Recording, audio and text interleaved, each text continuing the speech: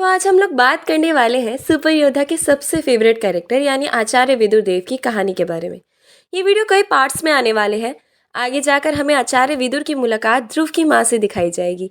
वहीं से ये स्टोरी ध्रुव और सुपर योद्धा से कनेक्ट होती है। गाइस, मैं एक नई सीरीज स्टार्ट कर रही हूँ। इसमें आचार्य विदुर के बारे में सब कुछ बताऊंगी, जैसे कि वो बचपन में कैसा था, महाशक्ति पूर्वज भानु से कैसे मिले, उन्हें सफ़ेद शीट रोशनी कैसे मिली, पहली बार पिल टावर कब जाते हैं, सब कुछ। दोस्तों, स्टोरी में कुछ ऐसे नेम हैं और कैरेक्टर्स हैं जिनका जिक्र अभी तक सुपर योद्धा में नहीं हुआ है। आगे चलकर जब वो सुपर योद्धा में आएंगे तो उनका हिंदी नेम क्या होगा मुझे नहीं पता, इसलिए नॉवल में जो नेम है मैं वही नेम से यूज कर रही हूँ। तो शुरू करते हैं। कहानी शुरू होती है एक प्राचीन दल से जिसका नाम होता है याओक्लन। यहाँ पर पाए जाते हैं मार्कस के सबसे बेस्ट हकीम, जिनको गोली बनाने के मामले में कोई टक्कर नहीं दे सकता था। आचार्य विदुर का जन्म भी यहीं पर होता है। उस दल में एक बड़ा सा ग्राउंड था। उसी ग्राउंड के एक किनारे पर एक बच्चा अपनी दोनों आंखें बंद करके बैठा था और ध्यान लगा रहा था, जिसका नाम होता है विदुर देव।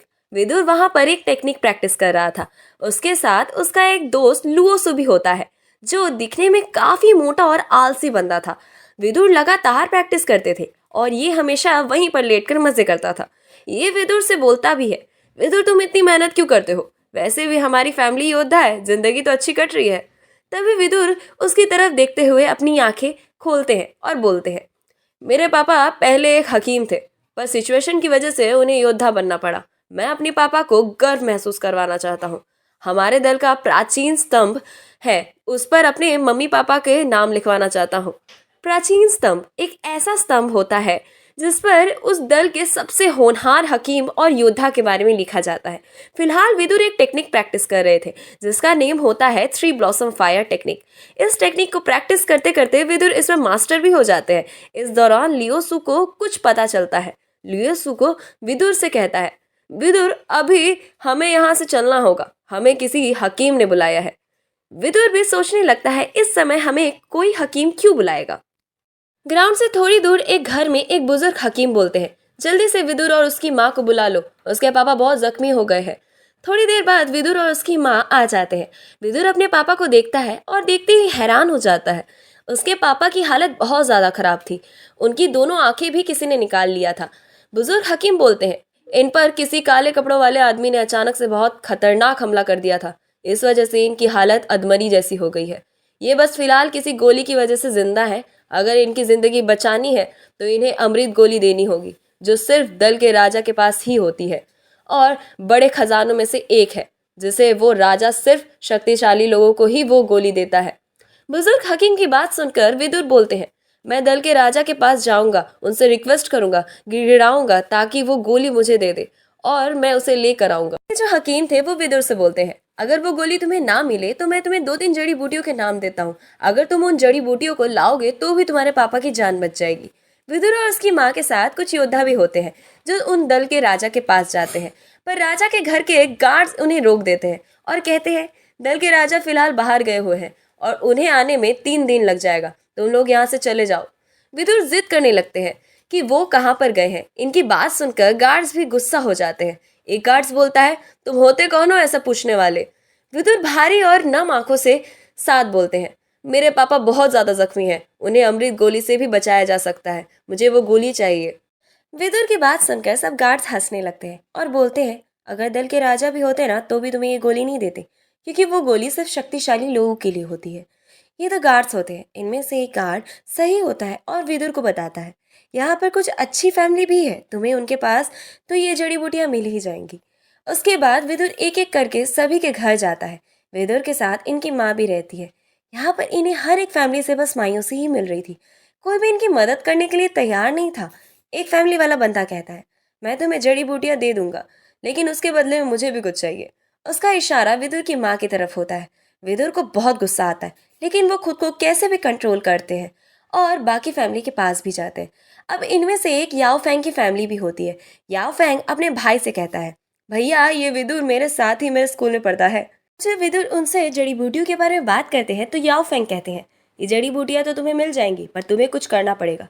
ये लो मेरे जूते साफ करो। विदुर उसके लिए मान जाता है और उसके जूते साफ करने के लिए आगे बढ़ने लगते हैं। तभी याओ फेंग कहते हैं, तुम्हारी जरूरत नहीं है, मैं खुद इसे साफ कर लूंगा। याओ फेंग अपने जूतों को विदुर के सर पर रगड़कर साफ करने लगता है और साफ भी कर लेता है, लेकिन फिर भी इन्हें वो जड़ी बूटियां नहीं देता। विदुर और उसकी माँ यहाँ से भी निकल जाते हैं और इन्हें ना तो कहीं पर वो गोली मिलती है और ना ही वो जड़ी बूटियां। विदुर की माँ कहती है, देख रहे हो ना विदुर। विदुर भी बोलता है, हाँ माँ, मैं इन्हें याद रखूंगा और आज नहीं तो कल इसका बदला जरूर लूंगा। अब ये लोग हकीम के पास वापस लौट आते हैं जहाँ पर विदुर के पापा थे। फिलहाल इनके पापा होश में आ जाते हैं। हकीम बताते हैं, मैंने इनका दर्द थोड़ा कम कर दिया है, लेकिन ये ज्यादा देर तक जिंदा नहीं रह पाएंगे।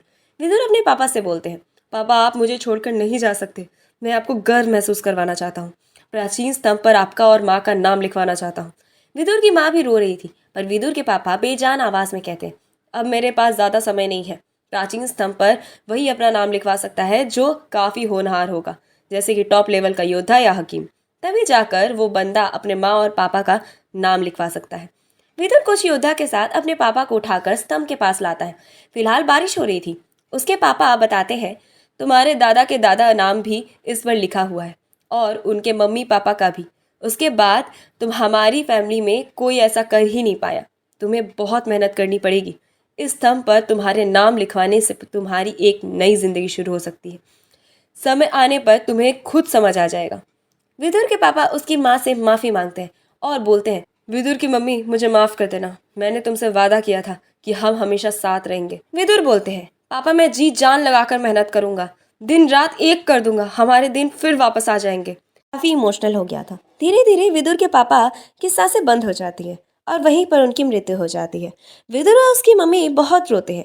समय बीतता है और विदुर अपने आप को काबिल बनाने के लिए जी जान से मेहनत करने लगता है। 2 साल बाद, अब 2 साल बीत जाते हैं। विदुर एक जगह बैठकर ध्यान लगा रहा था। आज के दिन दल का कोई एग्जाम था। वहीं पर इन्हें एक गोली का फॉर्मूला के बारे में बताया जाने वाला था और इनके दोस्त काफी तेजी से एग्जाम हॉल की तरफ बढ़ते हैं। इनके स्कूल का भी दिखाया जाता है। वहां पर एक लड़की भी थी जिसके बाल थोड़े पिंक कलर के थे और दिखने में काफी सुंदर लगती थी। अब जैसे कि विदुर इनका वो मोटा दोस्त लुओसु पहुंचते हैं तो वो लड़की इनके मोटे दोस्त का मजाक उड़ाने लगती है। वो लड़की बोलती है, अभी हम कुछ दिन पहले ही तो मिले थे और तुम और भी ज्यादा मोटे हो गए हो। अभी जो एग्जाम हो रहा था उसे 24 साल के नीचे का कोई भी बंदा दे सकता था और जो भी इसे जीतेगा उसे बेस्ट बोला जाएगा। यहाँ पर विदुर को दिखाया जाता है जो किसी से बातें कर रहे थे और याओ फेंग के बारे में डिस्कस कर रहे थे, जिसे विदुर अपने सबसे बड़े दुश्मन में से एक मानता था 2 साल पहले वाली घटना की वजह से। यहाँ के जो टीचर्स रहते हैं वो विदुर को काफी मोटिवेट करते हुए बोलते हैं, यंग जनरेशन में तुम अभी भी टॉप 20 के अंदर हो, आगे चलकर तुम्हारा फ्यूचर काफी अच्छा हो सकता है। यहाँ पर 2 और भी लोग थे जो एग्जाम नहीं दे रहे थे। एक तो विदुर का वो मोटा दोस्त और दूसरी वो पिंक बालों वाली लड़की। एग्जाम में विदुर का नंबर अच्छा आता है। विदुर की माँ ये जानकर खुश होती है और विदुर को हमेशा मोटिवेट करती रहती है। विदुर के घर के अंदर अंडरग्राउंड में एक पुल था जो शरीर को शक्ति और मजबूत बनाने के हेल्प करता था, जो शायद बहुत पहले से था। यहाँ पर विदुर अपनी शक्तियों को और भी मजबूत कर रहे थे और शरीर को भी। फिलहाल इनका रैंक एकलव्य पर था। विदुर यहाँ पर अंडरग्राउंड में एक ट्रेनिंग रूम भी देखते हैं, जिसे देखकर ये मन में बोलते हैं, अच्छा तो मेरे पापा यहीं पर ट्रेनिंग करते थे। शायद इसके पापा यहाँ पर एक गड्ढा भी बना रहे थे। वो कहाँ लेकर जाता है, विदुर भी उसके आगे आगे अंदर तक चले जाते हैं। वहां पर उन्हें एक अलग ही कमरा दिखाई देता है। फिलहाल विदुर वापस आ जाते हैं, खाना खाते हैं और लैंप लेते हैं और वापस अंदर जाने लगते हैं। अंदर जाने पर इन्हें पता चलता है ये एक गुफा की तरह में सुरंग है। ये चलते रहते हैं और 1 घंटा बीत जाता है, फिर भी गुफा खत्म नहीं हो रही थी। अंदर जाने पर इन्हें अलग अलग और अजीब अजीब पत्थर दिखाई देते हैं। अभी गुफा के लास्ट में पहुंच जाते हैं और इन्हें पता चलता है ये तो प्राचीन स्तंभ के नीचे की जगह थी। तो आगे क्या सुन रहे हैं, पार्ट खत्म हो चुके हैं। दोस्तों पहला पार्ट आपको कैसा लगा, उम्मीद करती हूँ ज़रूर पसंद आएगा। अगला पार्ट जल्द ही आएगा। अगर आपने हमारा चैनल को सब्सक्राइब नहीं किया है तो प्लीज़ सब्सक्राइब कर लीजिएगा। आगे चलकर इस चैनल पर ऐसे ही बहुत कुछ आने वाला है। अपने दोस्तों के साथ शेयर ज़रूर कीजिएगा और सब्सक्राइब करना बिल्कुल भी ना भूलें। टाटा।